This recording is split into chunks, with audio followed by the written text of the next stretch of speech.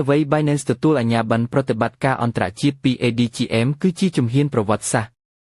សួស្តីអ្នកទាំងអស់គ្នាថ្ងៃនេះយើងនឹងពន្យល់អំពីព្រឹត្តិការណ៍ដ៏សំខាន់បំផុតមួយក្នុងឧស្សាហកម្ម Crypto Binance បានក្លាយជាវេទិកា Crypto ដំបូងបំផុតនៅលើពិភពលោកដែលទទួលបាន Global Operations License ពី ADGM មជ្ឈមណ្ឌលហិរញ្ញវត្ថុអន្តរជាតិកម្ពុជាមួយ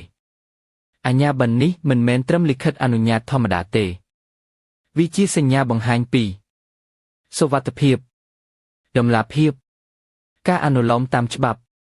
ការទទួលស្គាល់អន្តរជាតិអនាគតរឹងមាំរបស់ឧស្សាហកម្មមួយ ADGM ជាអ្វីហើយហេតុអ្វីវាសំខាន់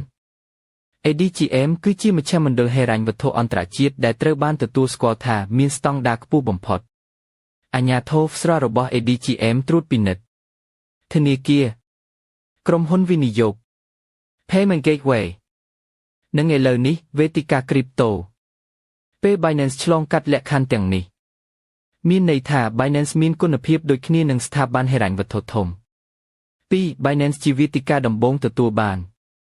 មិនមានវេទិកា Crypto ណាធ្លាប់ទទួលបាន Global Operations License ពី ADGM នេះជាដំបូងក្នុងពិភពលោកវាបង្ហាញថា Crypto កំពុងប្ដូរពីស្ថានភាពសាកល្បងទៅជាឧស្សាហកម្មអាជ្ញាប័ណ្ណ 3. អាជ្ញាប័ណ្ណនេះមានន័យដូចម្តេចវាមានន័យថា Binance អាចបើកប្រតិបត្តិការអន្តរជាតិជាផ្លូវការនៅក្រោមច្បាប់ ADGM វាផ្ដល់ឱកាសឲ្យ Binance ភ្ជាប់ជាមួយធនាគារកាន់តែរហ័សកែលម្អប្រព័ន្ធបង់ប្រាក់ទទួលស្ថាប័នធំបានងាយមានភាពជឿទុកចិត្តក្នុងតំបន់អាស៊ីអឺរ៉ុបមជ្ឈិមបូព៌ាវាគឺជាជំហានដ៏ធំ 4. ការជឿទុកចិត្តពីស្ថាប័នធំធនាគារនិងក្រុមហ៊ុនលើកទឹកចិត្ត Crypto តែបើវេទិកាដែលពួកគេប្រើមានអាជ្ញាប័ណ្ណរឹងមាំ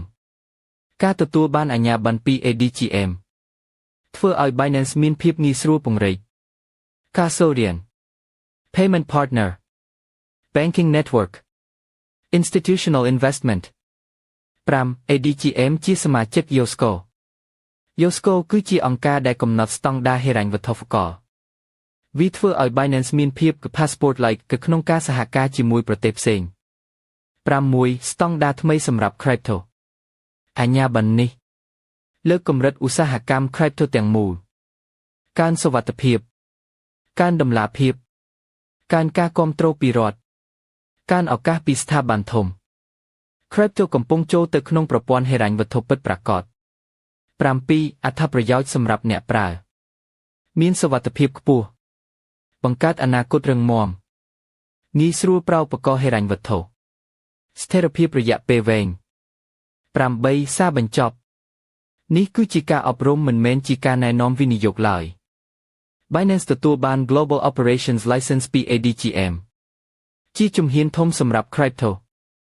និងជាសញ្ញាថា Crypto កំពុងក្លាយជាឧស្សាហកម្មមានច្បាប់និងទុកចិត្តបានរួចបំពេញកូដដើម្បីយករង្វាន់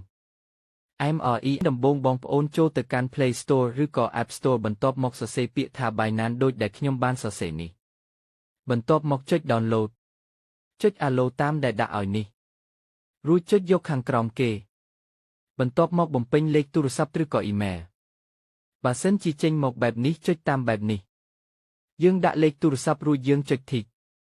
រួចចុច Next ពេលនោះសារវានឹងលោតទៅកាន់ទូរស័ព្ទរបស់បងប្អូនជាលេខ5មួយខ្ទង់បន្ទាប់មកយកលេខ5មួយខ្ទង់មកបំពេញរួចវានឹងឲ្យយើងបង្កើតលេខកូដត្រូវតែមានអក្សរធំអក្សរតូចលេខសញ្ញាដល់ចំណុចនេះសំខាន់បំផុតគឺយើងត្រូវចុច Yes រួចបំពេញកូដដើម្បីយករង្វាន់ MREL បន្ទាប់មកបងប្អូនដាក់អត្តសញ្ញាណប័ណ្ណឬបានបើកបកណ្ដាលគេឬក៏យើងប្រើជា Passport បងប្អូនមានអីដាក់នឹងដើម្បីបង្កើតកន្នេឲ្យផ្ទាល់ខ្លួនរបស់យើងអាចចុចខាងក្រោមដើម្បីដាក់ខាងលើកទាំងខាងមុខមានរូបថតខាងក្រោមទាំងអត់រូបថតបន្ទាប់មកយើងស្កេនមុខតាមគេណែនាំមានងាកឆ្វេងស្ដាំព្រិចភ្នែកនិងចំហមាត់ជាដើមតាមរូបគេបង្ហាញ